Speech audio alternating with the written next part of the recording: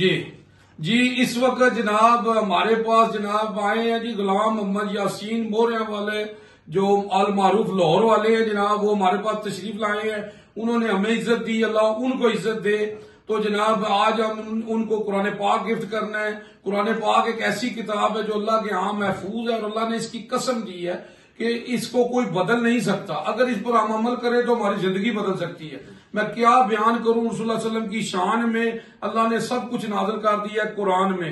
अम्मा आयशा से किसी ने पूछा आपसे सल्लम की सीरत क्या है, तो अम्मा आयशा फरमाती है कुरान कुरान कुरान। आपसे सल्लम फरमाते हैं कुरान पढ़ा करो, कुरान पढ़ा करो, ये क़यामत के दिन तुम्हारी सिफारिश करेगा। अल्लाहुम्मा सल्ली अला मोहम्मद व आले मोहम्मद। जी बिस्मिल्लाह जनाब। और जनाब खैरियत है, ठीक हो? अल्हम्दुलिल्लाह माशाअल्लाह जी। अल्लाह ने जड़ा ना जी तुहाडे हाथी च बड़ी शफा दी है माशाअल्लाह। हाँ जी, ते जनाब असी जनाब स्पैशल इन्हों लाहौरों बुलाने आ जदों भी आन ना।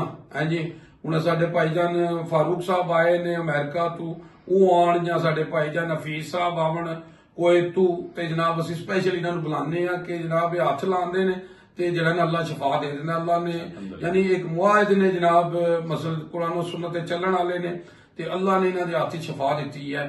ते जनाब मोहरिया का कोई मसला हो इन्होंने राबता करो, ये माशाअल्लाह बहुत जबरदस्त काम करते हैं। सर तुसी अपना फोन नंबर कोई एड्रैस दे दो।